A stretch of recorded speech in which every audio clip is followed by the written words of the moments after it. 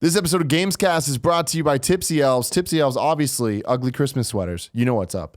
I'm wearing one right now. You can see this. He's half Santa, half horse. All fun. You need to show up to your Christmas. What? Santor. He's a Santor. I like that. I like that a lot. You can go to tipsyelves.com to check out all the different Christmas sweater designs. They're like nothing you've seen before, obviously. You got Santor right here. That's the best thing I've ever heard in my life, Kevin. Thank you.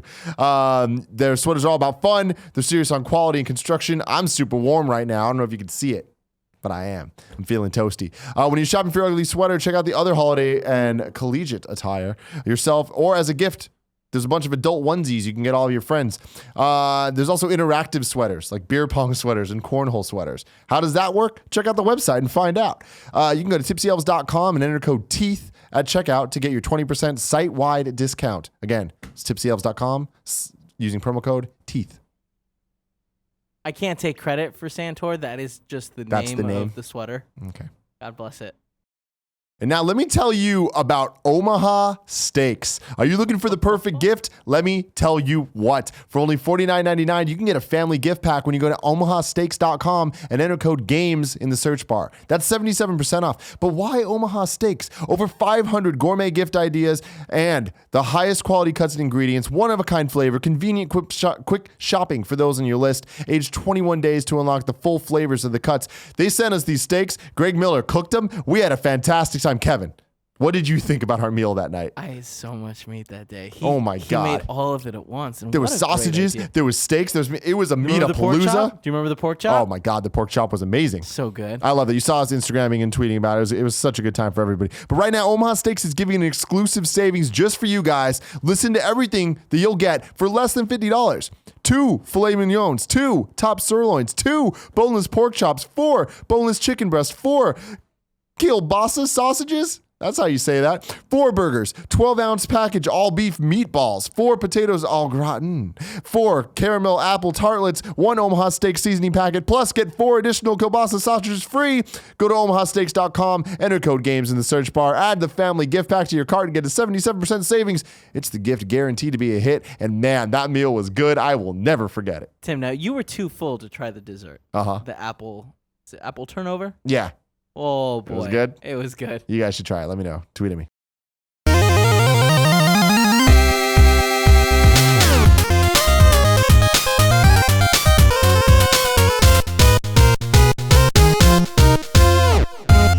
What's up, guys? Welcome to the first ever episode 96 of the Kind of Funny Gamescast. As always, I'm Tim Gettys, joined by the coolest dudes in video games, Alfredo Diaz? No. And Greg Miller. He counts. No, Alfredo. Okay, one half of the coolest dudes in video games, Sure. Greg Miller. The other half, Colin Moriarty out there. Living the life. Living the life. He's at the place right now that's on the back of the nickel. He's in real America, the back of the nickel. Yeah. There's a little fucking house on there, and he's outside of it right You know now. what that place is? No. I didn't know either. I Aaron took a photo holding up it, and there's the house. I'm like, oh, all right. Huh? I can't even remember the last time I've seen a Hamilton's nickel. a musical, idiot. Too busy making them dollars, know what I mean? Hey! No, but I just We don't squad know up, nickels. never roll along. That's what we do. But Alfredo Diaz, Alfredo plays himself, joining us once again. It's been a long time since you've been on the Gamescast. On Gamescast, yeah. But I popped over and did some streaming on your guys' channel. You just lately. did some streaming stuff. Yeah. You done the Extra Life stuff? I did Outlast. You did Outlast, yeah. You did terrifying. you did the Titanfall review for us. I you did. the Titanfall coverage for us. Yeah. Thank you very much for that. Oh, it was fun. Mm-hmm. How you been? What's been going on? Good. I mean, this is my season right now. All these FPS games are out. You know what I mean? All the DLC for the games that I've been playing. So I've just been doing Patreon, and then I've also been doing just the streaming, and it's been great. Good. Yeah. Well, It's been that's fun. exactly why we had you on this episode of the And show. also for the sex appeal. Show the guns. 1 and 2. What? Show the guns. Give him the ice cream scoop. Yeah, look at him. Oh my God. I love the show. Ladies and gentlemen, this is the Kind of Funny Gamescast. Each and every week we get Pops together out. to talk about video games. Nick, show Nick the guns. Bring in the There's ice cream no scoops, Come Nick. feel him, Nick. It's Come feel these deflating. ice cream scoops All I here. do is sit and play games now. It's it's gone. What was there is now gone. Look at that. You're telling me there's nothing. Look, it doesn't even Python. move. It doesn't Nick, move. show him your Python. Do the Python. Why is it bruised? It's doing What it. happened It's to got. you? Oh, okay. Jiu-jitsu. You see a stretch mark because that's how you know you've been putting in work. No, that's how you know you're fat when you're a kid. Hashtag gains. Stop it. Ow. God, there's a lot going on. You gonna go? Okay, thank you. Thank you, Kevin. Bye, There'll be Kev. no switching today. Kevin is on a secret mission. What's he going to Anyways. eat? Man, first off, shout out to Steven Insler, our Patreon producer, 10,000 months in a row. Right. You are a fantastic human being, and we appreciate you a lot. I want to give a shout out to Super Smash Bros. Melee. 15 years ago, Okay. that game came out. Wow. Sweet baby Jesus. A game that I wish I was decent at, but man, do I suck at that game. Yeah, did you play Melee? You got into Brawl. I got into Brawl and I was terrible, but that's when we all gathered at Curran's house for Thanksgiving and LAN partied. And then I would be on the high pedestal with Halo, and then we play Brawl, and I would just be terrible. And I was like, man, I want to be good. Let's go back to Halo. Like all the cool You know kids. there was something was bad when I would beat you at a video game. Yeah, made no sense. That's not okay. We play Halo At too. all. It's On the depressing because you said you 15 years ago for Melee. I was like, all right, yeah, I remember playing that in high school. I'm like, oh no, that was Smash Bros. 64. That was the original Smash Bros. I'm old. I'm Oh, an wow. old man. Man, yeah, the original Smash Bros. I was elementary school. Melee was like that ripe, just getting into middle school. Sure. It was good. It was You had good. that tight ass. Yeah, puberty. Hair was growing in weird places. Yeah. It was nuts. Anyway, yeah, so shout out to Smash Bros. I also want to give an anti-shout out to the fact that I still haven't played Final Fantasy 15. Boo. It is currently, as of recording this, November 22nd. We are days away from this game being released. Let me check my email. Still don't believe See it. if these people have come to their senses yet. No. But I'm just really sad because all I want is to play this game. Well, the I've best news waited is you're 10 probably years you're for it. probably going to get it any day now. Uh-huh. And when that happens, G is going to get to watch with you. Yeah, that'll be great. That's the She's kind of gonna game be that I just thrilled want to. about I just this. want to sit back, relax, and watch. And someone watch me that. play. You know what I mean? It's like I watched you play Mario Galaxy. Mario Galaxy, yeah. That was awesome. He That didn't was want- way before Twitch was a thing. Before Let's Plays were really that big. I just sat. It wasn't even a thing then. Yeah, yeah. I just sat back and watched him play Mario. That was his nice. live Let's Play. Yeah. Because Alfredo Diaz, I don't know if you know this about him, can't jump in games. He can do a lot of things. Once there's platforming involved, It's terrible. He's I had useless. to have friends any platforming part like God of War. I had to have friends do it. No wonder you because didn't I like the just- Titanfall single player was campaign. yeah, that makes a lot of sense. All right, so going right into it, the first topic of the day is the 15th anniversary of the Xbox. So last week it is when it actually happened. It's also the 15th anniversary of the GameCube, but we need Colin to talk about that. Like I feel like it's only right. But I wanted to get you on this show so that we could talk about the Xbox because you're Mr. Xbox. That was Alfredo that Diaz. was my life. That was my heritage. It was weird. I grew up all my friends and being like you guys were on the Nintendo, the GameCube, you had PlayStation. I had this weird path in video games. I had a Game Gear. Yeah, Then you I had a did. Sega Saturn. Yeah. Then the Dreamcast. Oh, the Wow, Dreamcast. what a bad time to jump on. Wow. And then I had the Xbox, and I always felt like the odd kid out. Right. You know what I mean? But boy, was the Xbox good. I liked it. Xbox was ahead of its time in so many regards. was. They did so many interesting things. That Duke controller, though, but the breakaway cables. yeah, the okay, sure, controllers- that was hot. That was hot. Step towards wireless. Yeah, Yeah. exactly. It was horrible and ugly, but then it did have awesome stuff. I mean, Halo, obviously. Yeah, Star Halo. Wars, But the Knights of thing the is, Old Republic. Yeah. I don't know. For me, back during that time, when it came to playing games with your friends, it was either split screen or you're on PC, Sure. at a cyber cafe playing CS. You know what I mean? And it was one of those things. I wasn't a PC gamer back then. I was all about consoles and handhelds. You were smart back then. Yeah, I was a smart kid. But then comes the Xbox. I was like, oh, I could just plug these two together, and all of a sudden, I don't have to put this cardboard between me and my brother, so that way he doesn't screen peek me and Sure.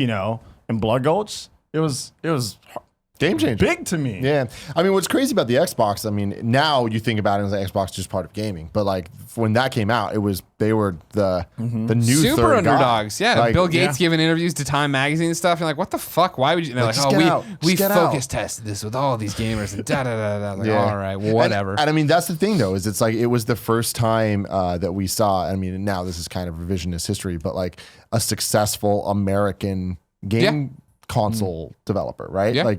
We've had Nintendo, we've had PlayStation, and then Sega kind of fell out. But the new third was Xbox, which is this American thing, taking a very, very American stance with very American games.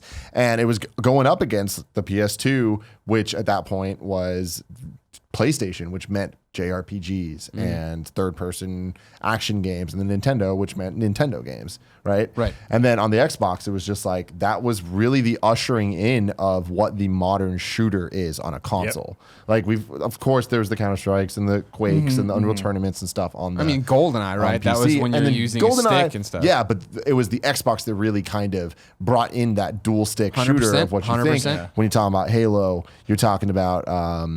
I mean, a lot of PC ports happened on the Xbox, obviously because of Microsoft and stuff. But we saw the Counter Strike. Yeah, I played Counter Strike. I almost lost our friendship because of that game. Counter-Strike. Tim would be like, yo, you want to hang out after, in high school? You'd be like, you want to hang out? We're like, nah, man, I got clan matches. Yeah, and you do. Boy, was that a good time. It was just like, so much. It was a whole new experience. You know what I mean? Like, I had my shooters. Of course, like, there was the times where I stepped away and I played non-shooters like Blinks or like Crimson Skies. Like, the only flying game I actually, like, love and cherish is Crimson Skies. And then I tried Shenmue. That was weird for me back at that time. Yeah, playing shooters and all of a sudden it's Shenmue. I'm like, what is this? What am I looking at? But looking at sailors. I just remember looking for the man that killed my father. I just remember watching, like, picking up my copy of OXM and then, being excited for my demo disc, and all of a sudden there's all these like ad campaigns for, you remember like that Dark Master ad where it was just like teaching you how to set up Xbox Live, and it was really cheesy and kind of really bad. But there was that whole like commercials and all that kind of stuff. And I remember setting up Xbox Live and I was playing like Mech Assault, and I was like, oh my God. I was really shy because I was a squeaker back then. You know what I mean? I was like, high voice. Yeah, high voice. Balls haven't dropped yet. And I remember using, because it was a common thing back then, the voice mask changer for Xbox Live, because I didn't want people to know that I was a squeaker. And then I'm over here playing this Mech Assault game, being super nervous talking to other kids while playing. I just had no idea who they were.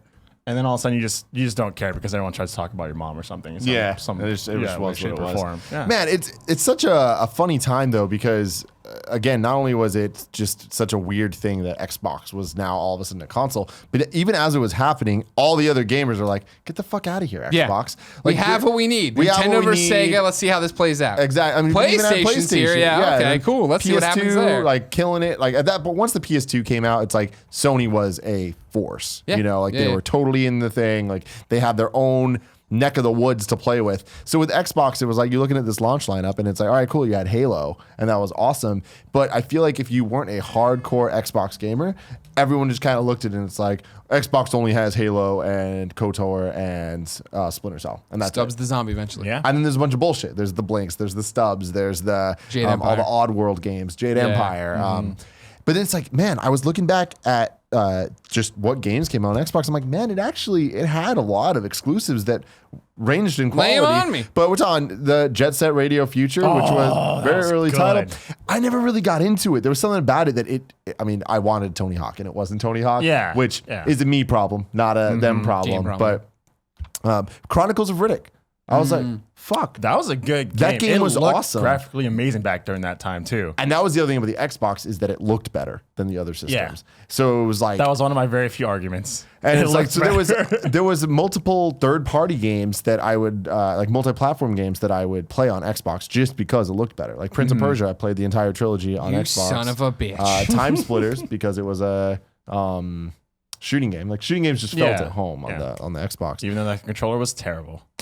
I mean, that's the thing. Like the Duke was fucking horrible. The S controller better. The S controller was better. Good. That first one was it was so bad. Behemoth of a controller. I mean, the whole system itself too was just so bulky. And that was the problem with it, where when it came out, it was a joke. You know what I mean? I never adopted it, and it took a while. It wasn't until my sophomore year of college, which would have been 2002 into 2003, that I had a friend who had an Xbox, and like people who were coming on, they were freshmen, so like they were the year below us that for some reason it was clicking with.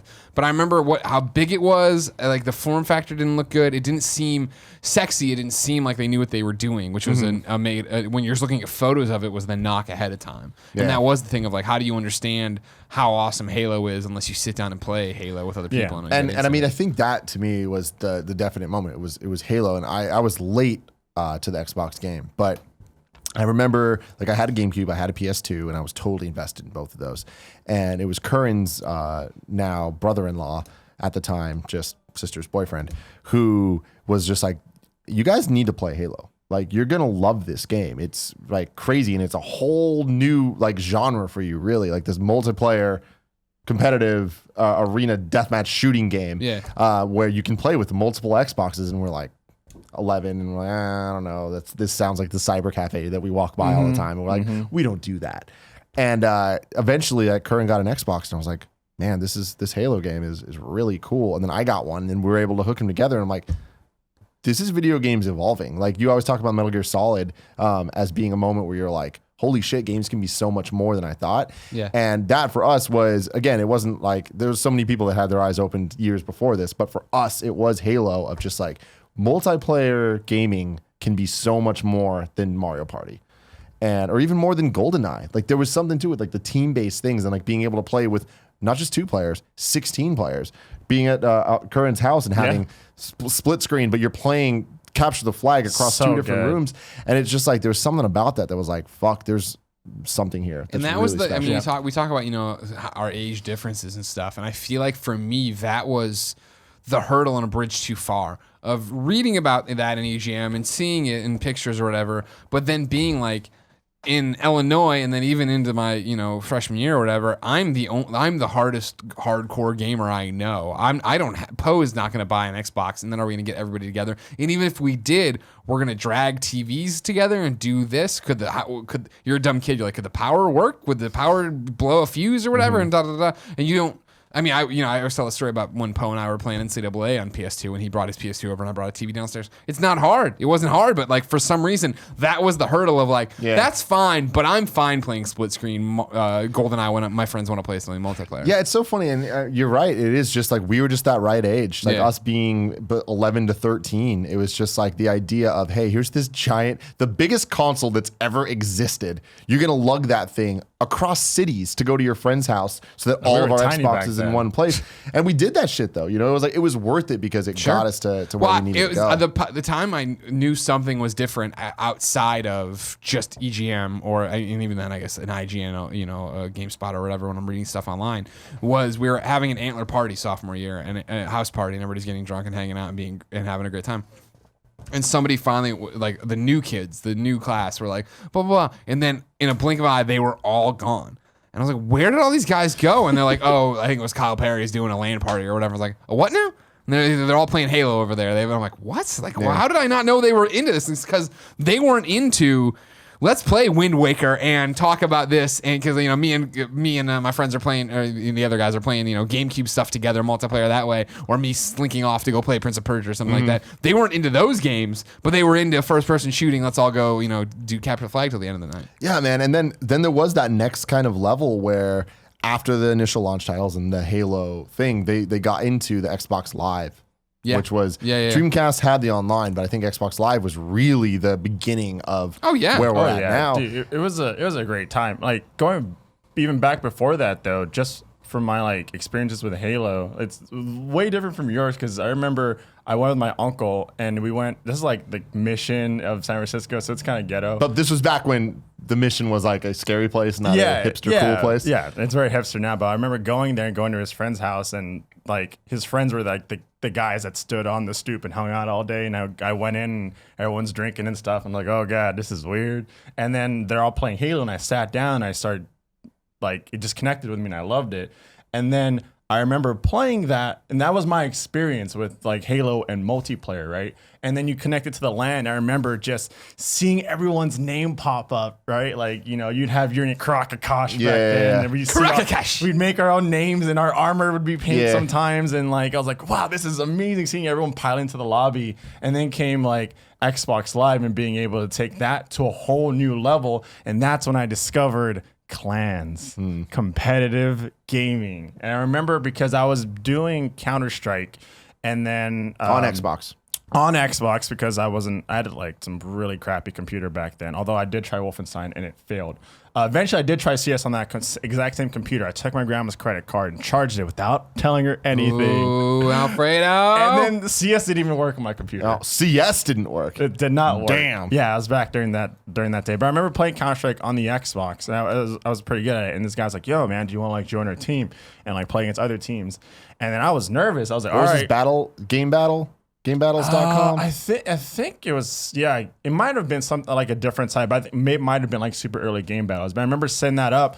And back during that time, if you wanted to like talk with other players, I remember you had to like, or even read a message, you had to exit out of the game to look at the message, or you all had to pile into the Xbox dashboard and close the game out for everyone to be in there talking to each other. And that's where we set up the rules and the regulations and like, all right, what map, who's picking what first, and that's where all the fights happened too. And yeah, it was good times. I mean, well, that's the thing, like with Halo 2 matchmaking. Like that's just such a thing that we take for granted now. Just like, oh yeah, like matchmaking is a thing. But like back then, it was like, whoa, there's like a system to make sure that you're linked with other players to play shoddy. What was it, shoddy snipers? Shoddy snipers. Like that's it's like, damn man, that shit was so next level. It was amazing because I played Halo with you guys, right? And it was one of those things that Kurt and I were like the best Halo players. And then you step into this realm where you're playing kids from all over the place, right?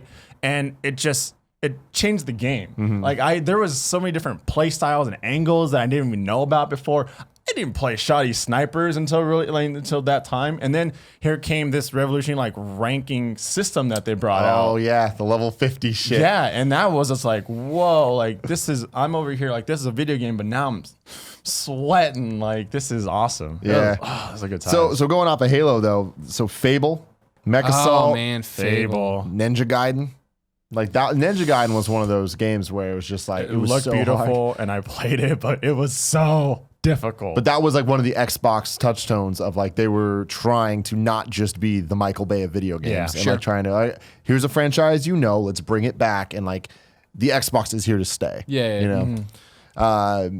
Dead or Alive 3, like Dead or Alive obviously had been around before, but I really associate Dead or Alive with Xbox because of that game and obviously beach volleyball. I was about to say I played beach volleyball. I actually probably spent a couple 100 hours of beach volleyball. I got really invested into the outfits. Oh yeah, you would. I mean? Sure, that's a Alfredo ass move. Panzer Dragoon Orta, not as good as Saga, but it was fantastic. Steel Battalion. That fucking thing. Ooh, that the controller? Yeah. God It damn. was a whole that was expensive too. That was way too expensive for me back during that time. I mean, that's the thing is I remember reading about like that was one of those like the magazine things where you would always look at the updates of it and you're just like, I can't believe that's a real thing. This is a real thing that's happening. Yeah. Okay. All right. And Brendan and I, you had it. Of course. Yeah, it's weird to meet the people who did have that randomly had Steel Battalion. You're like, oh, wow, okay. Like, you're fucking insane. And now we have VR. It's just like such a next level. Brute Force. I played the hell out of that game, but that game is terrible. Yeah. I wanted it to be so good though, because back then I was always looking for a reason to be like, we've got this game on Xbox. And I wanted that to be one of those games. It was supposed to be. I mean, that's the problem is Brute Force is one of the best stories of overhyped, like just really fucking up everything because that game was supposed to be the Xbox fuck you to everyone else. Yep. And then it just wasn't good. No. Like, I remember when the demo came out and that was when everyone's like, uh-oh. Like, it was really bad. Even before then, though, I was like, I bought into the hype. I was like, oh my god, this like ragtag trio of characters, and one's kind of an alligator, and I was like, oh my goodness, there's so much personality. I'm waiting for a game with an alligator. Kind of an alligator. I was looking at that time for like characters because you guys had like like especially with like Nintendo and so many iconic characters. You wanted at a that point, mascot. Santoni. Yeah, I wanted someone more than the chief. That was the thing, man, of like when Dreamcast drops off and PlayStation's rising and Nintendo's like muddling Being along. Nintendo. It was that thing of there was no clear, here's the new console arms race. Here's who it's going to be. This is who it is. Because Mario Sonic is the iconic one. And then from there on out, it got weird. When there finally was a winner, it was very much like, well, what happens next? And then a chief obviously, rose in prominence. Yeah.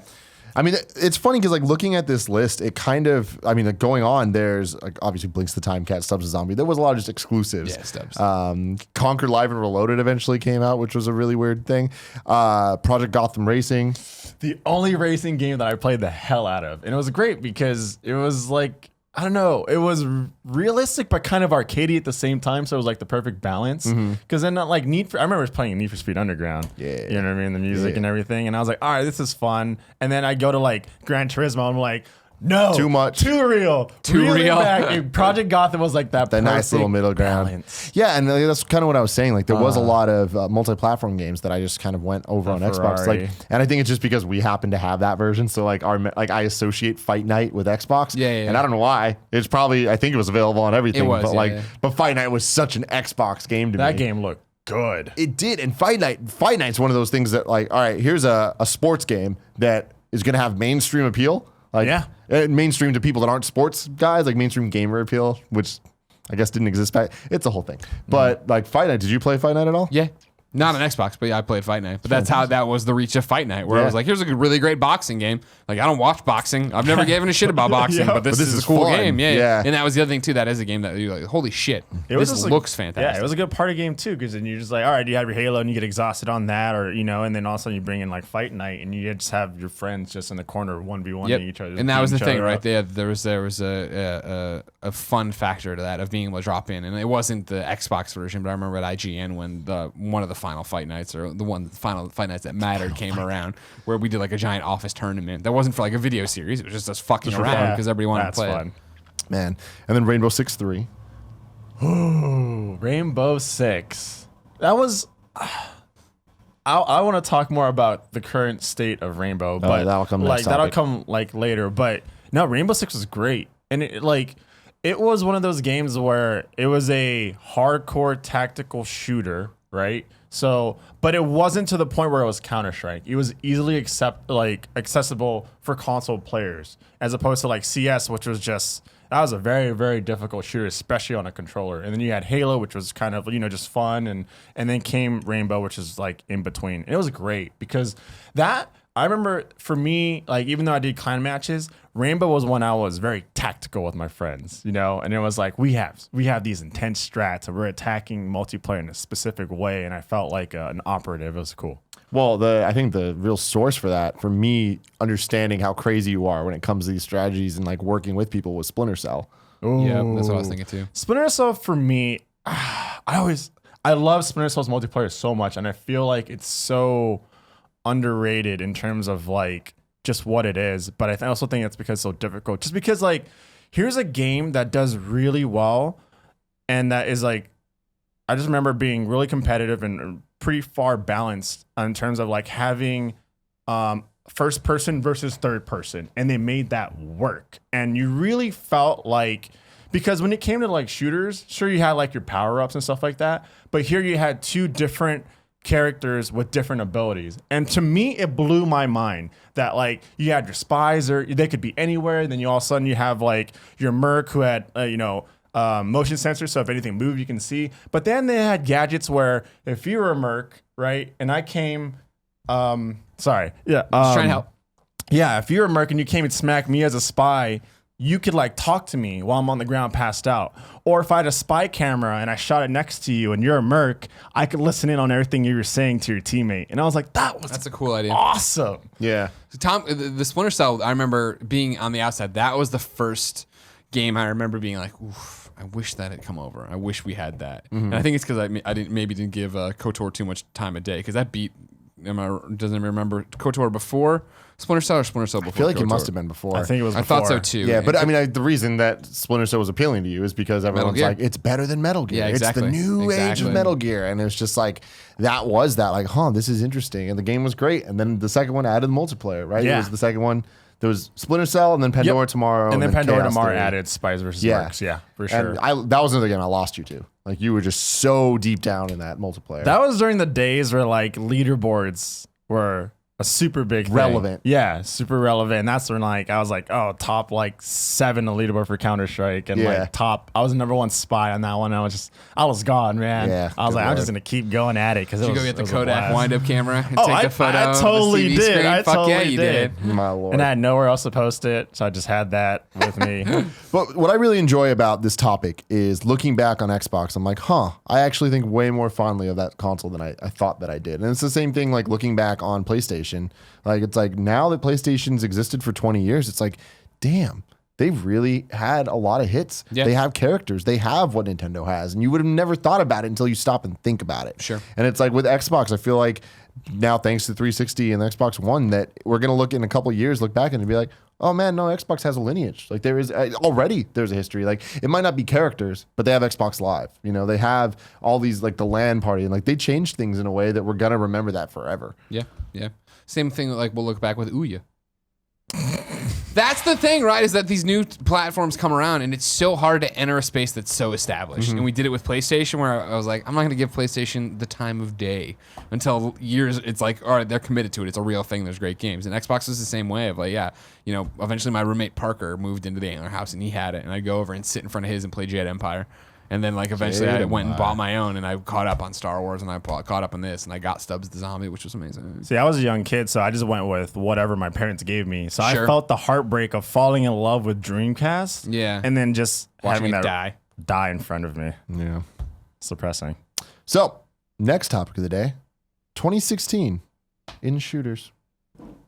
It's a good year for shooters. It feels like it has been. It's a great year. We got Overwatch. We got Titanfall 2. We got Call of Duty Infinite Warfare. We got Battlefield 1.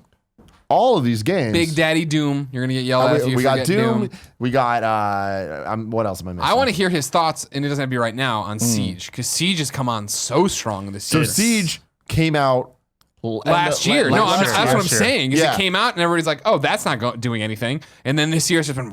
It's just Well, skyrocketed. so the thing with Siege is it was a victim in the same way that like Titanfall seems to be a victim this year, and it just came out the wrong time. Totally, where there's so much other shit going on last year. Where had it been earlier in the year, I think it would have like been more popular because you don't really see people talking about Siege now, but the people that are into it seem to be super fucking into it. Yeah, but the Siege has always had that hardcore fan base, and I think one of the things, to go alongside with the fact that he released, during the time of COD and everything like that, was the fact that it just had a lot of issues. You know what I mean? Right. Even off the bat, like when it was first released, you couldn't party up. Server issues were just crazy, but the game still worked well. Are we jumping into the Siege topic now? You can start there. I think it applies for the year of shooters in 2016. Shooters. I feel like it's weird because like Siege came out last year, but in terms of like best shooters of 2016, I honestly feel like Siege is in there because they've just done so many right things with that game, and it shows, right? Like the first two ESL tournaments that they have, the third one is, in terms of viewerships, more than the first two combined. Not to mention it's had its higher player base in the past, 2 months ago. And it's because they keep adding to the game in the right way, in the sense that like there's been over 50 like changes, and they add something really interesting when it comes to like, sure, you got Titanfall, you got Battlefield, you got COD, but here's like a shooter that services like the tactical need, right? And they did a really good job of revamping that series, and not just going completely in a different direction. And it stays true to like what Siege was back in the day, but evolved beautifully. And with the whole like how it, you have destructible like walls and objects, and it's just they did a great job. And they kept adding to the game in the sense of operatives, right? They kept adding like new characters that brought something to the table. But like one of the things that I don't like when it comes to like shooters is I like the competitiveness of shooters, and you take away the competitiveness if you start adding too many abilities, right? And you have all these ops with all these different abilities, but at the basis, it's just gun versus gun skill like fights, which is great. Yeah. But what I love about it the most is that something when it comes to like League, like I can't really get into League, but I've always respected and appreciated the whole, they have different characters that do different things, and you have like your pick and ban phase and characters that counter each other. And it was cool seeing that come to the shooter genre, right? In terms of the fact that like, if I choose this character, this other character is going to counter me. But at the end of the day, it just takes one bullet to kill the other opposing player with a headshot. So they just kept adding to it, and it works, and they just keep piling into it. And then there's the whole nother season, which they'll probably have another season pass for that too, and it's great. And they're doing it free DLC, right? That was one of the things they were talking about today, and their thing is how Ubisoft like going forward doesn't want to charge for DLC that's crucial to the game or critical to the game in terms of changing the experience. And that's what's happening. And have it more cosmetic and stuff. And there's just a bunch of like little things. Like they have a ranking system that's kind of like which a lot of games have adopted, which is kind of like League of Legends, where you're like, you play 10 matches, right? And then you place, and then you get a rank, and you climb up the ranked ladder and see, that nice competitive like feel to it. And they even do little things like, like last season I placed in platinum, so that means that I got a little platinum keychain that goes on my gun. Like it's something that's tangible, right? That everyone can see, like, oh, this guy is a platinum player, as opposed to like this guy's a gold or anything like that. So it's just little things that they've done well. Yeah. Is there a punk ass bitch medal? Yeah, bronze. Oh, that would be me. Yeah. So it's like the embarrassment one. Yeah. Just turn the game on once. Oh my god. So that sounds awesome. It sounds kind of like they adopted some of the fighting game mechanics, like when it comes to Street Fighter, where it's like the balance issue of just like all the different characters, and you mentioned League, so it's like similar to that. But do you think that do you find too many people using the same I'm not too familiar with Rainbow Six Siege, so I don't know how this works, but the classes, like, is it like Street Fighter where you go on, there's like a million Kens? I mean, you do have like the must picks, but it's a type of thing where, like, even like with any game, right? Like, there's tweaks and balances, so they'll take a look and see, like, oh, this operative or this character in any video game isn't used very well. They even do that with Overwatch, right? They're like, right now they're tweaking Symmetra, I think, in the public test servers because no one picks Symmetra, right? And they do the same thing with Siege, but it creates an interesting dynamic as opposed to like Halo, where you just go in and you just play, as opposed to like, oh snap, okay, like, do we want to change things up and take Rook, where now we all get armor and it takes more bullets to penetrate, you know what I mean? Or as opposed to like, oh, if we don't take this character, then we get this other cool character that can see gadgets through walls, but we risk not being able to take down their reinforced walls. And so it adds this cool little dynamic in terms of like play styles. So I fucking love Overwatch. Overwatch speaks to me because it's that, but as dumbed down as possible if you want to be. You can, get super into it and play hardcore, but like, it's just fun to play as the different characters and kind of see the different abilities and be able to find the different play styles. How do you compare the two? I mean, for Overwatch is Blizzard. Like, Blizzard just does things right. You know what I mean? Like, they came out with Overwatch. They're memorable characters. It's got like this MOBA type feel to it, right? Where even in like, I like how they kind of like implemented this MOBA feel and even baby step you like into it, where it's just like, oh, you pick all your characters, like, oh, not enough defense characters or not enough healers or not enough attack. And I think Overwatch does a great job of being like fun to play with iconic characters, but like hard to master. Like that game, I play a lot of it, but I'm not very good. And it's just like, wow, I like that I can go in there and play and do well, but then at the same time, like, there's just so much to learn.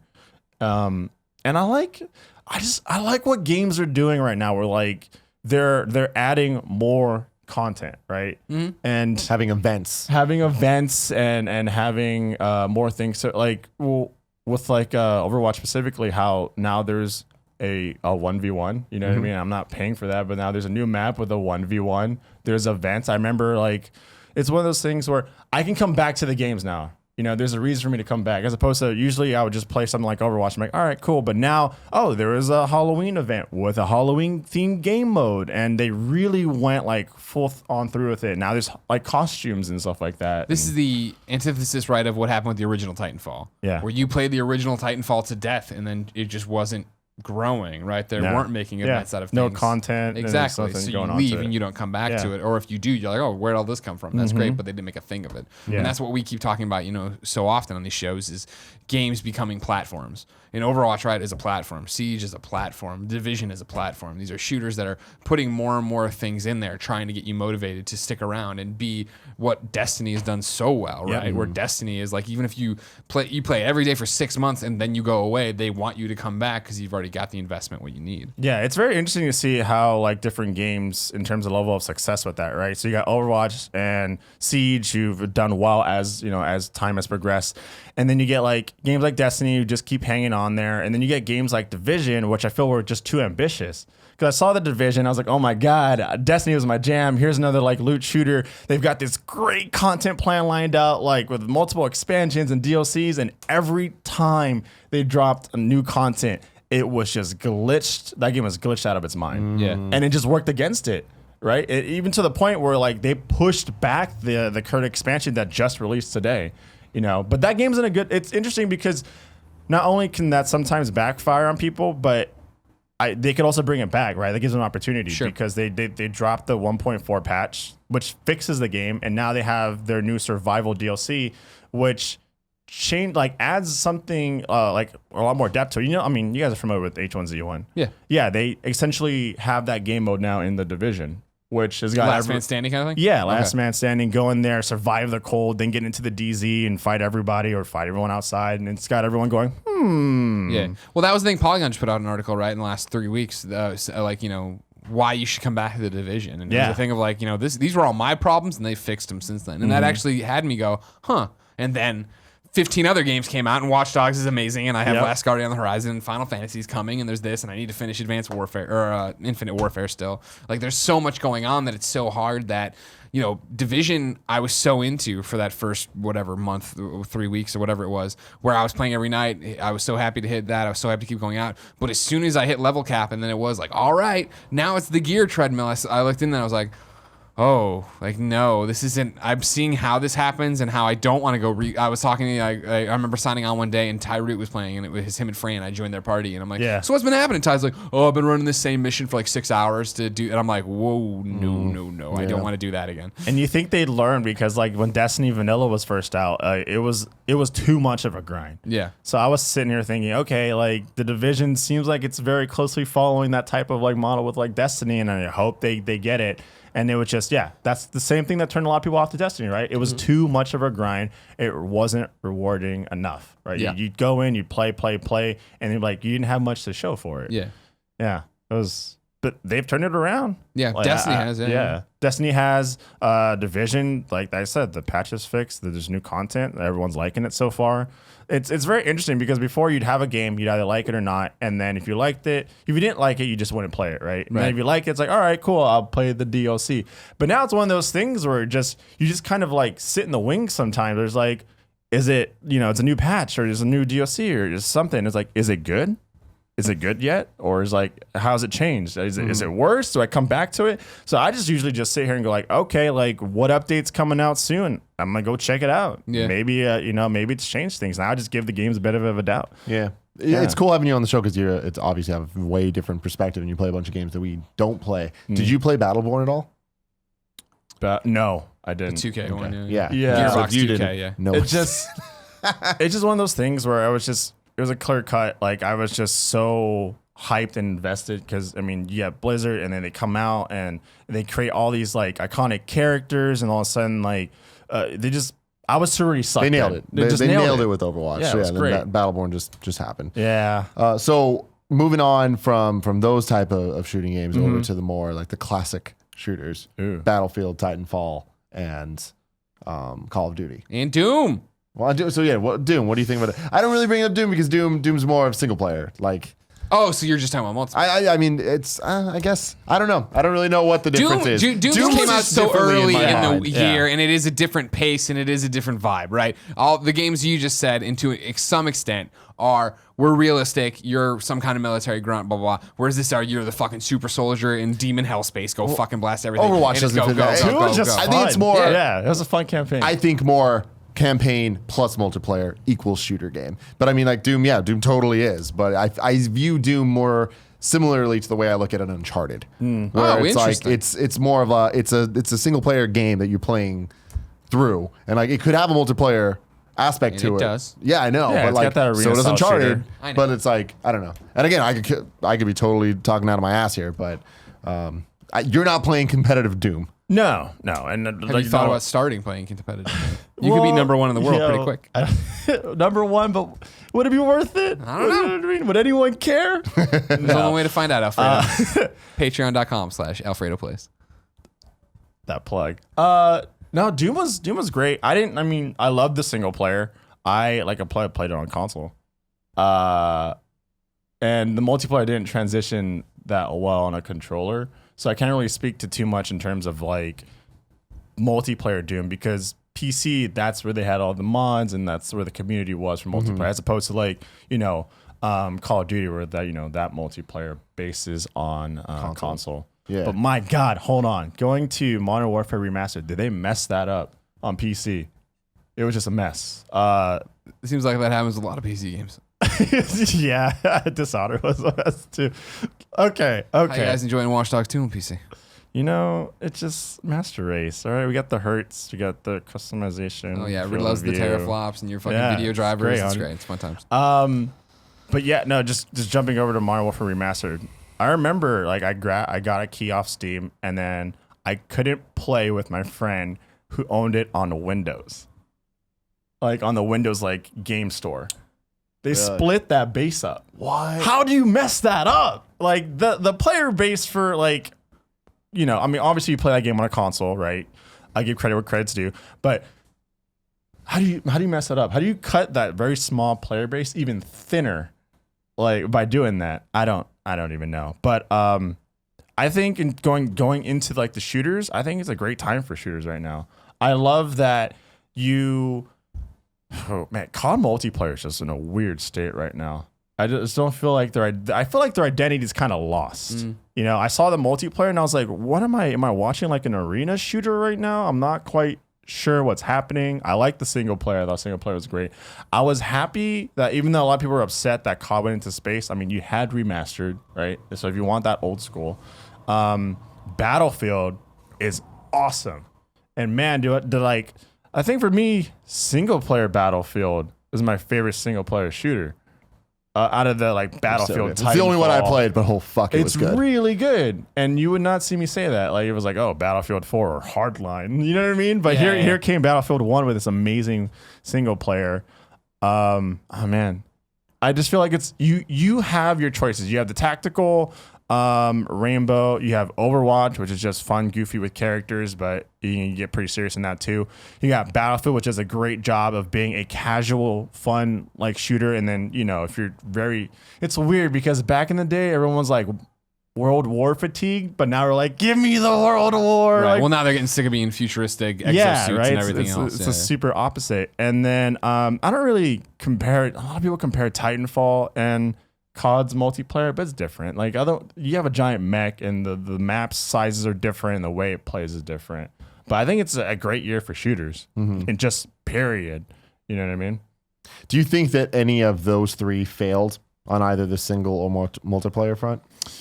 So instantly my mind jumps to Infinite Warfare multiplayer fails, but I think I've just come to realize that I'm a part of that old school COD genre, right? Where I just I like COD the way it is, but obviously COD still sells well. You know what I mean? They're still gonna have the Infinite Warfare multiplayer tournaments, and I feel like that's because there's a new generation out there that loves the new age COD multiplayer. That just isn't me. Mm-hmm. So instantly I'm like, ugh, COD multiplayer, what the hell? I played the beta and I was like, no, not my jam. But personally, I would say Infinite Warfare's multiplayer. They did a good job with Remastered, better than I thought they would. Battlefield's great. Titanfall's great. But yeah, that one. Even though it's still going to sell well and they're going to have tournaments and tons of kids are going to play it, it's going to have a huge player base still. Do you think all three single players are worth playing? Yes. Yeah. I enjoyed Battlefield the most. I think they did a great job of telling a story with different characters. I cared about all of them. The pigeons. The war pigeons, Shout out man. to the pigeons. You actually Pidge got Miller. to be a war pigeon. It was very touching. You go into COD single player. That was great. It's you know what to expect. It's an action movie, but Sci-fi action Michael Bay campaign. The thing about much. it for me is that I started Battlefield and then I started COD and I'd beaten Titanfall single player, and so Battlefield, because it's segmented, I feel like I got the thrust of it. I'm not like anxious to get back to it. Yeah. But when I platinum Watch Dogs, the plan is to go back and finish off Infinite Warfare's campaign, because it's like it's still just in the middle of that story. Like I took the bookmark and put it in there and shut it. And I'm like, I actually want to get back because I did like those characters, and I did think they were doing interesting stuff, and I want to see what happens next. Yeah. I think they all did a really good job. Titanfall, I wasn't as like hyped about campaign. I mean, if you guys saw the review, Up top, Alfredo. I wasn't hyped about it. I sat there, I went to the review. It's good. I played it. It's good, but it's not like everyone's on social media. It's amazing. This is great. You gotta play it. I didn't connect emotionally the way I thought I would. I felt like I had a lot of issues with pacing. It had great platforming segments, which just blew my mind. I did not expect. There's some levels that in there that came out of nowhere, which was great. So it worked mechanically, but I just didn't care about the story or the characters or the war I was fighting. And I thought it was crazy. And then Colin and Greg were like, it's good, not great. And I was like, oh, that's So now you're crazy, but you have friends. Yeah, I'm crazy with friends. Good. I like that. Up high, I feel like Batman v Superman. That's what I like to see too. All right. Third topic of the day, brought to you by Patreon supporter Aziz. Aziz, what up? Getting Aziz. it. He says, what are your favorite game trailers this year? Has it been a better year than average for game trailers? Ooh, sounds like it was a bad year for game trailers. Great year for Easy Allies. Patreon.com/Easy Allies. Sorry, that was too easy. Recently, with the Overwatch cinematic trailers, which all came out this year, and the Final Fantasy 15 Omen trailer, I feel like this year in particular, game trailers have really stepped up their game and are much more impressive than normal. I know you guys don't care about Overwatch. I do. But do you think you could watch those trailers in the Final Fantasy 15 Omen trailer before the show, see if you get whatever? Okay, I've seen those trailers. I've seen them too. What do you guys think? I'm trying to think. That's the problem. Yeah. Is that trailers have gotten to such a point, right, where they're usually great. Like, but I mean, like when I think of like when you say best video game trailers, right? I'm like Mad World, Gears of War. You know what I mean? Like I'm like trying to think of like, oh well, what has been great this year? You know what I mean? Like what has stood out above the rest? And it's like, see, for me, the art of the video game trailer is something I appreciate the most about video games. I've said this many times. I love the hype. I'm a student of the hype. Oh yeah. And when it comes to E3 or to PSX or to any of these conventions where like people announce the games, like the trailer is the most important part of that because that's how you announce the game. And I feel like we've went through kind of phases and eras when it comes to video game trailers. Like back in the day, it was just a video game trailer was random cuts of gameplay without any music underneath it, and it was just here's parts of the game. Yep. Period. Then it kind of transitioned into more like, all right, we're going to kind of ape movie trailers, but it was movie trailers at the time. So we're getting the in a world where blah blah blah, and you'd see these video game like it was really text based. Then we kind of moved into the era where it was just CG cutscenes, and that was it. And you're not getting any gameplay at all. yeah. And it was just like simulated gameplay or whatever. Then we got to the point where we're getting a lot of licensed music in trailers, and that's when we start getting the Gears of War, Mad World, Assassin's Creed stuff, the Assassin's Creed Revelations, and that whole era where it's just like the Assassin's Creed Pirate one that had Drake music over it. I was gonna say, then we come to the dubstep era where everything was dubstep. There's dubstep. There was like clear things where everybody just does the same thing over and over. And then we hit a point where like live action trailers in the Halo 3 days were like really taking off. Metroid Other M had an amazing one. And it was just like, here's a live action thing. But we're at a point now where that stuff used to be fucking awesome. And the CG stuff, the Star Wars, anything that Blur does. Blur, all the Star Wars, RPG, like MMOs, those trailers were amazing. The Force Unleashed trailers were amazing. And now we're at a point where it's like, if you show that stuff, you lose. You know, like having a full CG, as beautiful as it is, shout out to Dishonored 2, that CG trailer is fucking awesome. But people look at that and they're like, no, I don't want this. Yeah. We're at a point where the gameplay can and should speak for itself. 100%. So it's like the art of the trailer these days is really tricky because I feel like it's almost impossible to please anyone. Yeah. You know? No, you're 100% correct with that. The one I was, digging around online, I remember that E3 trailer for We Happy Few. That was really good. But again, they showed some of the game and then gave you the trailer. Exactly. And it's the same thing where it's like, does the Spider-Man reveal teaser act as a trailer? Because there's CG in that, and then there's that little segment that looks like gameplay but isn't. Who knows? I'd count that as a trailer. But even that isn't like it wasn't like holy shit what a trailer. I was like holy shit what an announcement. Fuck, I can't wait for this game. And that's true. That's true.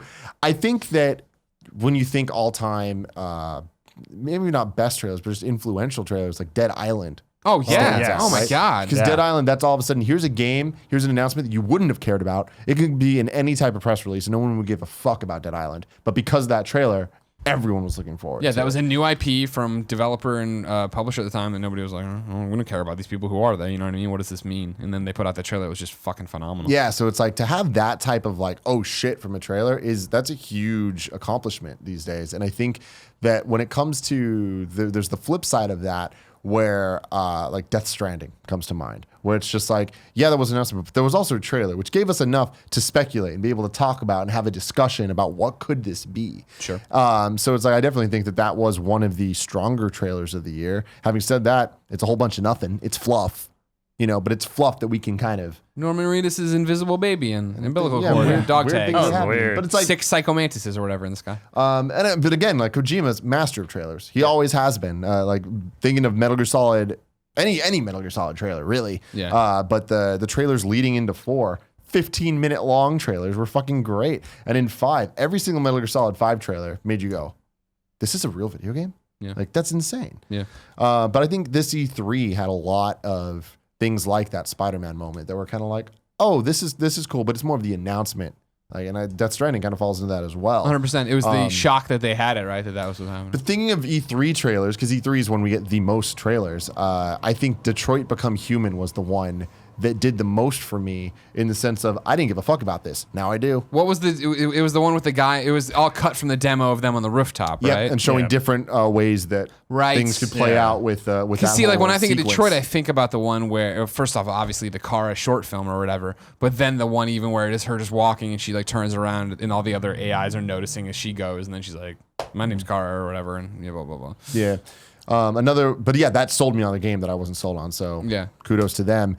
Also at E3, man, the Sony press conference, they killed it. Resident Evil 7. Like that was one where that trailer was happening, and as it was happening, it wasn't a great trailer because like people kind of didn't care. Yeah. But I feel like towards the end of it, everyone's like, "Wait, but what is this?" And that's another good thing for if you're gonna, even if it is it's an announcement, so you got that like cheap pop there. It was fucking Resident Evil 7, and no one saw that coming until the title came up, and that is crazy. I mean, similarly, it gets overlooked all the time, and because it was the weird tease that then led to the giant demo at the end. But Days Gone initial trailer, before we knew it was about the freakers or the tweakers or whatever they are, it was zombies. When it was just Sam Witwer talking about the losing this girl and how everything's changed. I was into that. I was interested in that, and I thought that was a really interesting note for that because it did leave us with a lot of questions. But then when you saw the gameplay, you're like, oh, it's just zombies. Yeah. That it didn't mesh with what they had built, I thought. Something I'm kind of torn on was I remember like back during the day when the announcements were really during the press conferences, and you're like, oh my goodness, what is this? And the trailer would pop up and maybe get gameplay on top of that.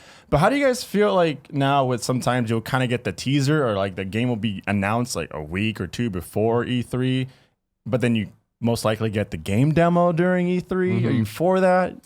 I mean, I think it's just things have changed. Like we're just at a point now where it's a race to get news. Yep. It's, You it's gotta grab about that getting a headline. You headline. don't wanna and get it's like don't want it to be cluttered with all the E3 that's the news thing. and It's stuff. like it's like at E3, why would people care about talking about? I'm trying to think of an example, but Gears 4. Why would they care about that when As opposed to- Kojima came out and talked about Death Stranding? You know what I mean? It's just like Gears 4 is the 4th game. Cool. We get it. So it's like them talking about that early. It's almost like a, hey. We don't want to be included in the 15 coolest things from Sony's press conference. We want you just to put up this Exactly, trailer. yeah. Because at the press conference, when they do the demo like you're talking about, right, then it speaks to the audience that cares about that. Yes. Like that God of War demo was awesome, right? Oh, but, God, yeah. Yeah, that was the whole thing is like that had been teased to an extent. For everybody. Leaked a long time. Yeah. But the trailers that stand out to me this year, you nailed it there. The Final Fantasy 15 Omen trailer. That was a trailer. It's fully CG, so it is totally just cheating, and it's like a trailer representative of a bygone era, but so is Final Fantasy 15 at this point. But I saw that trailer, and I'm like, I need to show Kevin this. This is going to make Kevin want to play this game. This is fucking awesome. And I think that is the high five, guys. You did it. And the other trailers this year that did that for me were Battlefield 1. There was a trailer, the single player campaign trailer. Yeah. I saw that and it made me play the game. Amazing. Why did I play Battlefield? You know, I'm not a guy that would do that. That trailer made me play the game, and I'm like, good job. I think that's my trailer of the year for sure. I like that it looked amazing. Then you played it, and it still looked amazing. I got the experience. Do you remember the Siege demo that they had, which wasn't really a demo, it was more just like a video, and they made Siege look absolutely great, and then the game came out and it didn't look nothing. No, I don't. But I mean, that was the other thing. Like back in the day, Killzone 2, seeing trailers for that, and it's just like that's what I was talking about, where it was like CG representing gameplay, and it's like, I'm happy we're not there anymore. Yeah. But yeah, so the Final Fantasy 15 trailer was great. Battlefield was great. All the Overwatch like animated shorts. Count trailers? I mean, he's counting them as trailers. I don't think so. I think that they're more supplemental marketing. But I mean, they're fucking great. They're great. And they definitely did a great job of selling the game world. Yep. And they're still coming out and they're still awesome. Mm-hmm. They just had BlizzCon. They had Sombra. Like her announcement was with one of those little like CG like stories, and it was awesome. Oh yeah, Sombra's great. The trailer of E3 for me though, South Park, Fractured Butthole. So good. That trailer to me represents the best of what South Park has to offer, which is super quick, smart humor that's commentary on something happening. And that commentary happens to be about superhero movies. Yeah. And it was just like so they nailed the niche that they're going for. They spoke directly to us as gamers, making jokes about E3 demos, and they couldn't have done better with that trailer. And they made that game that everybody already knows is going to be great. They just were like, oh wait, but here's why it's going to be great. Right. So that's what a good trailer does. What other trailers you remember? Like old school ones that are like old school ones? I mean, Halo 2, when you just have that like reveal of Chief, like you just the desert and you just hear Cortana. That was 3. That was Halo 3. That was 3. Yeah, that was finish 3. The fight. That Halo was 2 was I need a weapon. Yes, and that was cool because that was in theaters, and I was like, "Why is this on a giant screen in a movie theater?" And I'm the only one that cares about this right now, but it is awesome. Yeah. Yes, that was 2, and yeah, the one I was talking about was 3. That one to me, it was so. I watched that trailer every single day for 6 months because I was so hyped about that. The way they set it up was great. Yeah. Which is you don't see him. You don't see him. And he comes into focus. Yeah. And then he does the fucking jump. There's the bubble shield. The music kicks in. And then that bubble. Oh my goodness. I was like, what is that? Have it now. Yeah. Oh, so fucking good. And then Halo 3, like later, the later trailers were great for it too. When they did that whole, the diorama one. And yeah, that was Memorial, I think it was called. That was breaking my heart because I remember seeing that, and then you're just used to Chief being such a badass, and then you see, it wasn't the brutes. You saw that like one of the I think it was a chieftain brute. He was like holding up Chief, and Chief is just there dangling like this, and it was like, oh my god, are they gonna kill Master Chief? He looks up. That was back when people cared. Yeah, right. And he had the grenade. He looks up, and it's just like believe or something like that. And I was like, and then there was the Starry Night trailer for Halo 3. Where that was the CG they one. did a really good where there was job the little with kids Halo in the 3, field. And he had the helmet. I remember that one. Yeah. That one was good. Yeah, That was I mean, awesome. when I think of them, you hit on it, right? Whenever Blur did something, and this is back in the day, now it wouldn't go as well. But I mean, remember when that DC Universe Online trailer came, which was, it turned out just the opening cinematic of the game.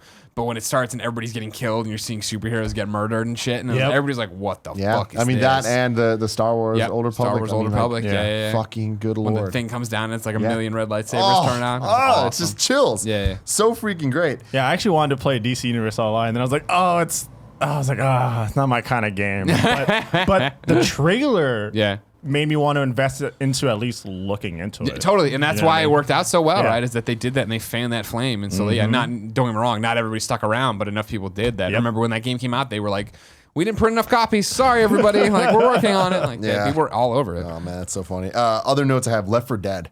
I remember the Left 4 Dead 1 trailer. I don't remember it. It was just a trailer for the game and it was CG and stuff. But what I really appreciate about it, especially in hindsight, is more so than I think any trailer I've ever seen that was a CG. trailer, they nailed what that game was. Yep. Like, everything they showed in that trailer, you could do in the game and happen in the game. And it felt like it did in that trailer. Yeah. Unlike Star Wars or DC Universe Online, where you Sure. watch this awesome thing and then the gameplay is not that. Right. With Left 4 Dead, they just kind of took the fun elements of things that actually happen in gameplay and made a video out of it. Yeah, I mean, I that was remember great. seeing that, and I was like, "This looks awesome. I hope I can play it the way I think it is." Exactly. And then the game came out, and you're like, "Oh my goodness! I finally get to be that person that's like trying to survive a zombie horde coming at me." And then it was a great game. And then you had, you guys remember the Resident Evil one where they tried to have that as a Raccoon City? Oh, yeah, Raccoon yeah, City yeah. And I was like, stories. "Ooh!" And then it was just bad. Ooh, no, it Yeah. wasn't. I mean, you're talking about the best trailers just all time. I mean, you have to put The Last of Us up there. Yes. That reveal, that was fucking awesome. Yeah. Because it was, you remember that time period, right? It's right after the Uncharted come out. What, it was Uncharted 3, right? Yeah, Uncharted 3 had come out. And it was like, it had been, a few months, and everybody's, then when that Naughty Dog logo hits At for the Game first Awards, time, everybody's yeah. like, what the What's fuck? happening? They broke into two teams? One? And then it's just like completely different, totally dark dystopian Fuck, thing. that was great. And everybody's like, is that Ellen Page? Yeah, GTA. Got to give a shout out to GTA. GTA and Zelda. Those are two game series that, like, every time they put a trailer out, or at least majority of the times, like those are really special trailers. The thing about it for GTA in particular is those are always moments in time. I remember every time GTA 5 dropped something new, being totally into it. And I remember that Stevie Wonder songs that they played. Superstitious, or was it not Superstitious? Anyways. I think it was. No, I think it was it's a lot. Oh, getting ready to go. Hip hop now. Well, I don't know. It's throwing anyways, it's lies for sure. It's about lies. Anyways, that was a great song, and I remember that trailer being really important, but I don't remember really what happens in it anymore. I remember Trevor fucking around a lot, but that's also just playing the game. Yeah, but it just sets the world up, right? I remember Like, how hyped and how well just screenshots did for it. GTA 5. Yeah, 2 screenshots, and I was like, "Oh my god!" Yeah, but I mean, even the Vice City trailer was like, we were just talking about a couple of days ago with the Flock of Seagulls. That was fantastic. And then San Andreas with Welcome to the Jungle. Yep. That trailer was like, God damn, get the hell out of here. You're too good. All right. Final topic of the day. Ooh. Brought to you by you. As always, you can go. Skeletons. Stevie Wonder skeletons. Everybody from last topic. You can go to Nailed kindoffunny.com/Gamescast topic to leave a question. But our boy Yasir Madhour, he supported us on Patreon. So we're going to read his question. Get it. A topic that is only kinda video game related. Have you guys ever had problems with a girlfriend who did not like you spending so much time playing games? If yes, how did you deal with it?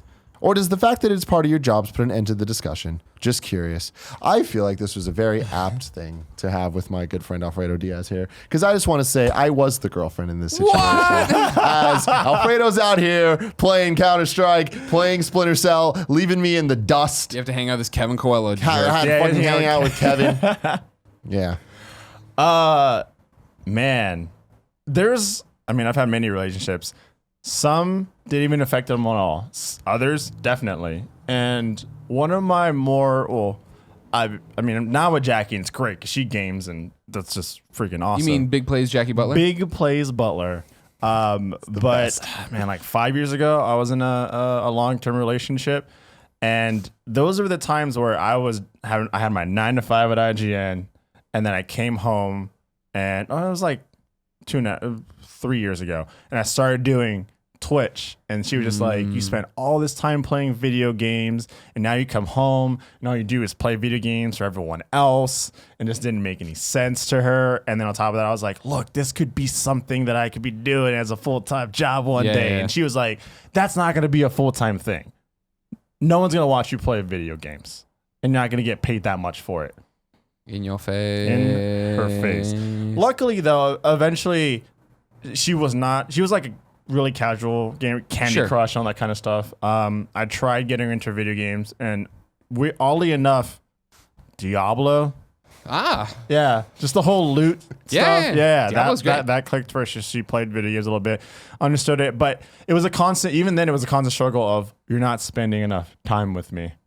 I've never had it in terms of you're playing too much.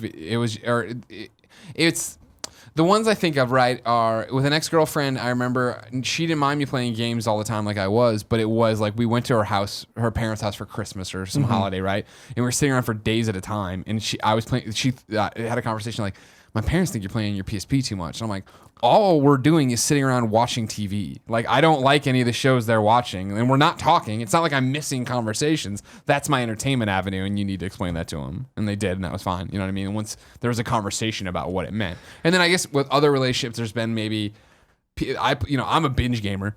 Like, oh, cool, I have a free day. That's all I'm fucking doing because I don't know when I'm going to get to play this again, and that can be weird for people. Yeah. But I can relate to that because going back to that same relationship, whenever I went over to her family's house, she had a younger brother, and he was only allowed to play for about half an hour a day. And here I am doing that full time. So to them, they were just like, what? You're with this person who his job is to play video games and talk about video games. Yeah. And then he wants to full time just play live for other people. So not only did that not resonate with like her very well, but even with her family. Sure. But that was the most extreme situation. Most of my relationships have just been more, I'm playing games, cool, she's doing her own thing, but there wasn't that like connection like I have with this relationship where I'm playing and then I'm like, oh, I gotta make room for my girlfriend. But it was it's a good type of thing where it's like with Jackie, it's like, oh, hell yeah, I'm kicking like the weakest person in the squad, bringing in big plays so she can Big help me plays? play. Yeah. Then we're gonna go to fucking dinner at 3 a.m. You guys are the weirdest schedules I've ever seen. When I that wake up to look at Twitter, schedule. like things you've missed. It's like Night Owls, Jackie and Alfredo. Love it. Not anymore though, not with school and everything she's going through. yeah. Yeah. Yeah, I'm trying to think of any time a relationship's ever gotten in the way of my gaming or gaming's ever gotten in the way of a relationship. And I don't think it ever has. I think for me, in the most indirect way is that my job is so video game focused and my job gets in the way constantly. So sometimes I think video games get the brunt of it and they get blamed. And I'm always like, don't be hating on video games. They didn't do anything to you. But yeah, I feel like with all my relationships, they've kind of just got it. They understood that it's my thing, and that I enjoy it the way I do. But I binge games when I play games, and I don't play that often. It's like when I get into something, I'm going to be super into it. Otherwise, I'll play through the campaign and be done. And I'm not like you. I'm not multiplayer going crazy. Like I think Smash Bros is the one thing that I consistently will always play. Or Overwatch, I'll pop in and once, play casually just for a little bit. once or twice a week, and I'll play a couple rounds. Be like, cool, I'm good. But Smash Bros is the thing where it's like anytime me and Karen have some free time, we're just like, let's fucking go. When we get our Switches, Yes. are we gonna play Smash at the end of every day? You want to pick up some Smash? Oh, I'd every love so that. often? Yeah. I'd fucking love that. I fucked up. Last topic, Nintendo Switch trailer. That's definitely something I want to give a shout out that to. is a Where really they good did one. such a good job of showing what that device is and why you should care. Sorry. But yeah, I think that you got to communicate. It's all about Love and sex stuff. Love and sex stuff. Every Every Monday, Monday. 9 a.m. except for now right now. But yeah, no, it's I think there's a lot of pros and cons. Like Kevin. I know, like with Jack, it's like sounds amazing that I have this girlfriend that hardcore games, but at the same time, I've never gotten into a fight with a girlfriend off of directions, call outs in a video game before. That's That's something funny. that her and I get into sometimes. We'll get into arguments about call outs of how a certain situation played out. So that's an interesting experience. But also I want to just say that you don't have to, like if you're a hardcore gamer, you don't have to, don't feel like, oh, I'm not going to really connect with a girl unless she's a girl gamer. Like I've connected, you can connect with someone who's not a video game person. Absolutely. Yeah. Alfredo's sure. connected with a lot of women. he has. But he's also connected with a lot of video games. You get me in trouble, Greg. I didn't get in trouble. Cheating on me with fucking Counter-Strike. I'll never forgive you for that. Gerardo Martinez says, with Activision seemingly going more futuristic with each Call of Duty iteration, should they follow the success of EA's Battlefield 1 by tackling an older time period or one with a modern setting? Yes. I think for at least the next handful of Call of Duties, they're fine doing their own thing, which is releasing the futuristic one, but then also maybe Modern Warfare Remastered too. No way. You got to start that. You got to come back now because you finally. It was a joke forever that it was going to be Call of Duty in space, and now Call of Duty's in space. So now you got to come back, and this is, I think, one of the things they have the benefit of with the multiple studios, right? Like it's Infinity Ward now, Sledgehammer next, then Treyarch, right? Like, cool. We the Black Ops storyline's gone and done its whole thing. I'm assuming they probably want to keep that going. Black Ops 3 will be the Treyarch's next one. What Sledge is going to do, who knows? What was theirs? Advanced Warfare? What was the Kevin Spacey one? They did the Kevin Spacey one. Warfighter? Advanced Warfare. Warfare. And I'm right that was them, right? Or did they go? Did they do Ghosts? Who did Ghosts? It doesn't matter. This is where Kevin or Colin would be helpful. But Infinity Ward did Ghosts. They did? Yeah. Okay. So there you go. So then Sledgehammer comes around. I don't think you can keep going into the future. And I think that I think present seems like a weird step backwards. Whereas if you can now start alternating where it's like, okay, cool. So we go future, Infinite Warfare is in the far-flung future. Now we're going to go back to the past and do something because they've probably seen the success. I shouldn't say that, actually. That would be bad. They've seen the success Battlefield 1 would have. So I'm sure that makes them feel really good about their decisions they would have made 2 to 3 years ago. Because that's not like they're, going to make this game in 9 months or whatever. And then you can have something more modern, kind of, because that was Black Ops thing, right? Where it was the exoskeleton was Black Ops 2, and it was like kind of still in our time period, but a little bit more advanced. Yeah, Black Ops 3 with the exosuits and stuff like that. But I don't know, maybe it's just, for them to go back in time and just do like what Battlefield did, I think would be like a smart thing in terms of just like how everyone would take it. But I still think they sold that game really well. There's so many people that just bought Call of Duty, just to play remastered. Right? Sure. They spent way more money than they wanted to just because they wanted that experience. And it was one of those things where they got the campaign, they got the remastered, and then just the futuristic one is there to service that generation or like the people that want that. I'd like to see them just go back and just have that. Dinosaurs. They're going prehistoric. Just go way prehistoric, like Far Cry. Call of Duty Primal. Well, yes. I don't know. We'll see. Do you think they sold? It seemed like they sold really well. It's I think the numbers are softer, they've said, in terms of, but whatever. It's not like a huge drop off, but it is that thing. I don't know how much, I know the remaster did really well this year, but how many remasters do you have up your sleeve, right? Like, I feel like you could start seeding these studios to do different things where it's like, all right, cool. So, Infinity Ward's doing the far-flung future, Sledge do past stuff, and then we'll have the more contemporary stuff from Treyarch. Yeah. Be smart to split it up that way. But we'll see. Just keep alternating to keep it fresh. Jojo says, hey, Fredo, you stoked for Halo Wars 2? Ooh, that's a game that, again, I'll just sit back and watch. Like real-time strategy. It's not my your brother got real into Halo Wars. My younger brother got really into it. And I'll give it a try because that's, how it goes with being like a variety streamer. You give everything a try that's like new that day. So I'll give it a try. Maybe I'll get into it a little bit more with a mouse and keyboard. But I did StarCraft like 6 years ago, and it was cool. But it wasn't my thing. I'd rather just watch people that are good at that game play that game. Same thing with like me and like Counter-Strike. I like Counter-Strike on PC and it's fun, but I'd rather just watch really good people, and other people would rather watch really good people play that kind of game. Joe Naju says, could a hula dancing VR game using move controls be the future of gaming? No. It's a very small market. Just you. What I mean? Would you be the top of the leaderboard? Probably. You think you still got it? At least in the U.S. region. Uh-huh. Yeah. Well, that includes Hawaii. Yeah, that's true. That is very true.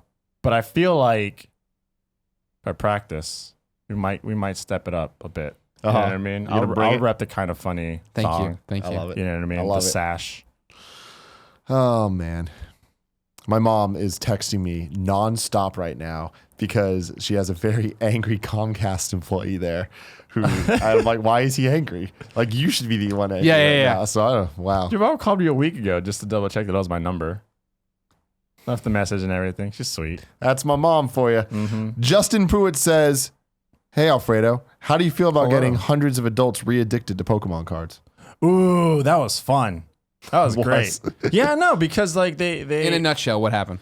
So essentially, like Pokemon had a series, which now they have an even better series, but they had a series where some of the cards were like the old school Pokemon cards, like first gen, like back in there. I was like, oh my god, yeah, it was Generations. That's what the series was called. So I was like, oh my goodness, this is awesome. And it's one of those things. It's always fun, even though it's expensive. It's always fun to collect something. Like I used to do Hero Clicks. Fuck yeah, Hero Clicks. It's amazing, so good. Gets confusing with the rules sometimes. Lots of fights depends like what angle is what. Or Hero Clicks is where I fell in love with Guardians of the Galaxy. Really? yeah. There's a dude named Groot that's a fighting tree and Rocket Raccoon. And I'm like, I'm sold. Squirrel Girl too. Well, yeah, Squirrel Whenever Girl we counted as played, part of that. he had the weirdest team. Of course, sure. Yeah. They had I got Sinestro, and I'm like, I had got a fucking white Squirrel Girl, Lantern team. motherfuckers. All right, we had Flash, like Batman, everything. Like we're sold. Still have my Superboy on my mantle there. There you go. But going back to Pokemon cards. Oh yeah, Pokemon cards. Yeah, Generations had some of the old school ones. I was like, oh, this is a great time to get back into Pokemon. So I got some, did a couple unboxings on the YouTube channel, and just started posting about them. And everyone's like, yo, dude, what? You know what I mean? Where'd you get these? All of a sudden, everyone is like back into it. Very happy, but very upset because they're spreading money again. Yeah. And now it's a good time because even at Kind of Funny Live, I traded some cards with some of the There's fam. nothing that makes me Yeah. happier than that. It's so good.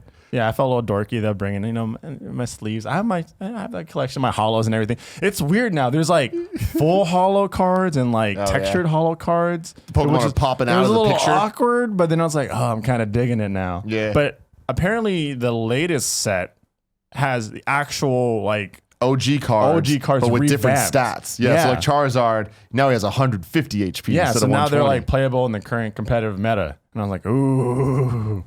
So did you guys get re-addicted to the card game because of Pokemon Go? No, we're just re-addicted to the card game because I just saw that, they're Pokemon cards and they had some of the OG ones. Because, during that time period, I was just like, okay, I've played Pokemon, I played a ton of it, but I've really fallen off. And like, there's like, how much, 700 now? You playing Sun and Moon? Do you have a 3DS? I do have a 3DS. I do plan on picking up Good. Sun and You Moon. should. I'm Sun. Jackie forced me and she was like, I'm picking Moon and you're going Sun. And I was like, damn, son. gotta pick and choose your battles there, Greg. But yeah, no. Digital. Going back real quick, man, is it really fun though going to a comic book shop and seeing what cards they have and filling Just out looking your through the collection. that glass thing. Just being Yeah, like, huh, that's good. Good times. $35 Yeah, picking up a comic for a book or whatnot, Regeki. and then Yu-Gi-Oh. Digital obesity. Favorite gaming snacks. People ask this all the time. Yeah. It's such a weird question. I don't associate snacks and gaming in a neither. way where I'm Yeah. like, this is a gaming snack. For me, it's always the thing of if I'm going to eat, I'm going to stop playing the game. You know what I mean? Like take a break, put on Netflix or whatever. And I know that's a meal, Yeah. but I guess I just don't snack that much. I don't graze. Yeah, as I'm they not say. a snacker. that's how you really enjoy your meal. I mean, I think for me, there's a lot of times I get caught off guard and I'll be like, I'll jump on and be like, oh snap, I got a stream right now, and I'll jump on and be like, ooh, I haven't eaten like 4 hours in. Hit up them So pizza I'll rolls. have to just, put something together. For me, anything that's good for in terms of snacking while playing video games, I'm a neat freak, so it can't be something that I have to put my hands on. I have to be able to stab at it with a fork. Or you put your cereal in a plastic cup damn it. and you eat it like a Like horse. a horse does. I do that with Try them hot Cheetos. Yeah, Put it you in a do. soup cup, yeah. Yeah, a see, little see? bit bigger. Take the 'Cause I Cheeto feel like bag. if it was like a normal size, you have to fill it up a million times. but No, if it was an like actual those Shakespeare's big- cups I use, the plastic ones. You can push them in so old they're the cups. size of your mouth. It's great. Oh man, I'll show you some things. next gen. Yeah. Daniel Perez wants to Daniel. know, Alfredo, how's your Twitch channel doing? Good. Yeah, we're just hitting different sub milestones, especially with Twitch Prime that was announced, and that Twitch Prime has been awesome. But no, it's been a good time. We've been playing just a bunch of different games right now. We're just stuck on Siege because the competitive season. But it's really interesting. I know there's definitely a lot of people, and this is this thing with like Twitch where like people will jump on and be like, oh man, like you're only getting 100 viewers, like you tanked, like you've made a terrible decision, like leaving IGN or whatever. But I don't know, we have like it's a weird channel where since I play a variety of games, depending on what I'm playing is the different like subs that I have coming in, right? And then I also have such huge support from the Kind of Funny family where, depending on what I'm doing, they'll jump in too. And so even though I'll get maybe, I don't know, 200 during Destiny or maybe 100 during Rainbow, I'll have like 500 plus subs. So it's very interesting. But no, Twitch has just been awesome. That's awesome. Yeah. And then Everybody go subscribe. Subscribe. Twitch.tv/Alfredo Plays. Yeah, it's fun times. Right? Yes. Okay. There you go. We ditched the on everything, right? Yeah, we did. Finally. On everything? Yeah, even on Twitter. What? Oh, that happened forever Yeah. ago. Will you keep up, please? that Oh happened my a God, while that's ago. awesome. Well, congratulations. Yeah, it's just awesome people. Like it's so interesting the number of people you meet. I know a couple people that watch me that are that play in the MLB, and I had one random guy who was like, "Hey, I can get that taken out for you," and I'm like, "This sounds sketchy as fuck." Like, send me a blank check Yeah, to verify your Alfredo. And then he was like, "Nah, man, just let me know when you're ready to change it." And then I was like, "Ready," and then he just swapped it over, and I was like, "Whoa, that's awesome!" I even have someone who's like doing a whole like overhaul in terms of like getting a whole logo and merchandise and all that kind of stuff. Yeah, That's awesome. So this great is the graphics final package and everything. final question for the day. Kind of jumps off of that. Cappy Cool wants to know. I'd like to hear a discussion about meeting online friends in real life. Oh, it's always a good time. I don't know. From my experiences, it's always a good time. Because it's usually people, especially when it comes to like Twitch, it's usually people that you've talked to a million times. So it's one of those things that I realize as long as I'm just, showing that the door is wide open, then they're just totally on the same page, right? Their energy, depending where my energy level is at, that's where they're at with me. Yeah. Yeah. And I see that a lot with just any event or like kind of funny in general. Sure. Like people come up and be like, "Yo, what's up, dude? Hey, Alfredo, like love your stuff." I'm like, "Oh man, like, like what's your username? Like what have you seen? All that kind of stuff. Like, thank you so much." And then they'll tell you and I'm like, oh, so many times like, "Oh my God, like I can't, that's you, like really, what's up?" That's like, what I was. It drives me crazy when people talk to us and then bounce, and then they'll tweet us that they saw us, and I'm like, Yeah. "Holy shit, you're this guy? Yeah. You're the Doug Funny picture? Yeah, I know who you are. Why did you Average say Josh. that? Yeah, he knows that now. He Yeah. knows to say that every time we run into each other. But yeah, that's the nice thing about us being, this small family now, right? And the best friends moniker that I throw around is the truth of like, Yep. we used to sponsor us on Patreon. You came to my house. You walked into my house and like, this is where I live. You know where I live now. Please don't send stuff. Or anything. But like, you never worried about it because every person I've ever met who's a big enough fan to come to a meet and greet or want to meet us or whatever is totally chill and cool They're because to they meet like each other us. Yeah. and hang out with each other and just be a community, which is the coolest thing. Like I have the online communities I've been a part of that are most music focused, but like I have friends that I've met online and whatever. But you were kind of the first person that introduced me to this world because back in the day when you did all those clan matches and stuff, you would have all these friends and you would talk about them as if in the same way you would talk about me. Yeah. But like these are guys that were from Florida that you've never met. Like I forgot their names now, but like Yeah, Mike and Kevin. Kevin, I remember Kevin we actually hung out with because like he lived in LA, and so he hung out with us during the first E3 we ever went to. when we went to E3, we stayed at his friend Kevin's house, who we just knew from the internet. Yeah, Like, we Yeah. even stayed at his house. and And this is someone like, this is the first time meeting him, but he was a friend during those, the CS competitive, well, console competitive, but like competitive days. And then like we still stayed in touch, right? And it was through social media and everything like that. And so we stayed at his house and we hung out with him that whole entire week, and it wasn't awkward whatsoever. Yeah, and that's the beauty of it. Is like even Tim it not being awkward. Yeah, even Tim, we're like, you never even talked to him. You heard so much about him. He's heard so much about you. It was just like, oh, yo, dude, what up? Yeah, and I think that's really what it comes down to is, well, we obviously like similar things. Yeah. So it's like, oh, there's that jumping off point. Like Kevin and I were watching something a couple days ago. I forgot. Ghostbusters. It was a YouTube video. I think it was Captain Christian, who's one of the best YouTubers of all time. So I'm going to credit him anyways. And he was talking about how, people go on dates, like their first dates to movies because it gives you something to talk about. Like something that both of you have this shared experience that you can now talk about this movie. And it's like, damn, that's such a good point that I never really considered. And I think that with us and with a lot of the best friends out there, it's like we all have video games. We all have something to talk about.